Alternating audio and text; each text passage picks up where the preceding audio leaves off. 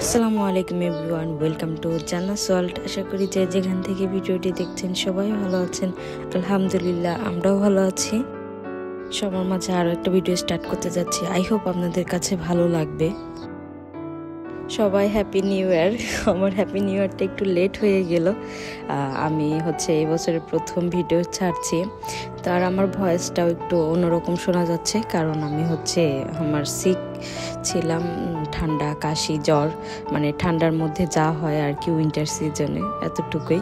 আর আমাদের এবারের ইয়ারটা কি জানি বলে, নিউ ইয়ারটা আমাদের অসুস্থতা দিয়েই শুরু হয়েছে। সবাই আমরা অসুস্থ হয়ে গিয়েছিলাম। তো যাই হোক, এখন আলহামদুলিল্লাহ আমরা সবাই ভালো আছি। আজকে বের হচ্ছে বাহিরে, দেখতেই পাচ্ছেন কি সুন্দর বৃষ্টি। এই বৃষ্টিতে আমাদের পুরো জুবাইল শহর একদম পুরো ডুবে গিয়েছিল।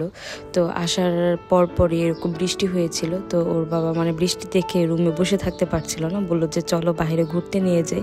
তো ঘুরতে গিয়ে তো বেহাল অবস্থা, একদম পানি টানি দিয়ে পুরো ভরে গিয়েছিল চারিদিক। এরকম বৃষ্টি মনে হয় আগে আর কখনো আসেনি।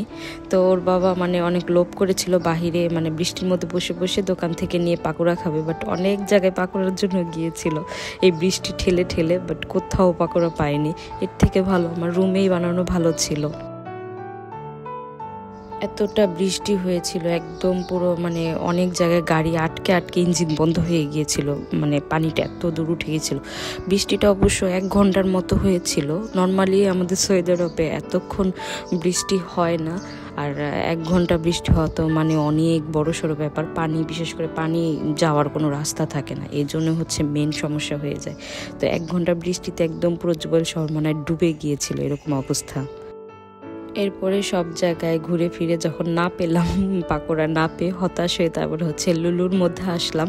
এখানে গরম গরম জিলাপি আর ওর বাবা বলছিল পানিপুরি খাওয়ার জন্য। আর মাশাল্লাহ হাইজা বুড়ি তো অনেক খুশি, ও তো অনেকদিন পর পাপাকে পেয়ে তো খুব খুশি। এর তো জিলাপিটা ঘিয়ে ভাজা নাকি ছিল। আমার নর্মালি ঘিয়ে ভাজা বা ঘি বাটারের প্রতি সেরকম আগ্রহ নেই। আর এদিকে দেখেন হাইজাবুড়ি টুকুর টুকুর করে হাঁটছে। আর ওকে কর্ন কিনে দিয়েছিলাম, যে ভাবলাম ও কর্নটা অনেক লাইক করে, তো অনেকদিন পরে ও কর্নটা পেয়ে ও মাশাআল্লাহ ও খাচ্ছিল। তো এরপরে লুলু থেকে খাওয়া দাওয়া করে এখন বের হয়েছি সাফাদের বাসায় যাওয়ার জন্য। ওই দিকের রাস্তা আরও অবস্থা খারাপ, পানি দিয়ে একদম কি অবস্থা বলবো। তো ওখানে গিয়ে শ্যামাই দিয়েছিল ভাইয়া। তো যাই হোক, আজকের ভিডিওটা ছিল এই পর্যন্ত। ভিডিওটা ভালো লাগলে অবশ্যই একটা লাইক দিয়ে দিবেন, আর এরকম ভিডিও দেখতে হলে অবশ্যই আমি চ্যানেলকে সাবস্ক্রাইব করে আমার সাথেই থাকবেন। দেখা হচ্ছে নেক্সট কোনো ভিডিওতে। Thanks for watching. আল্লাহ হাফেজ।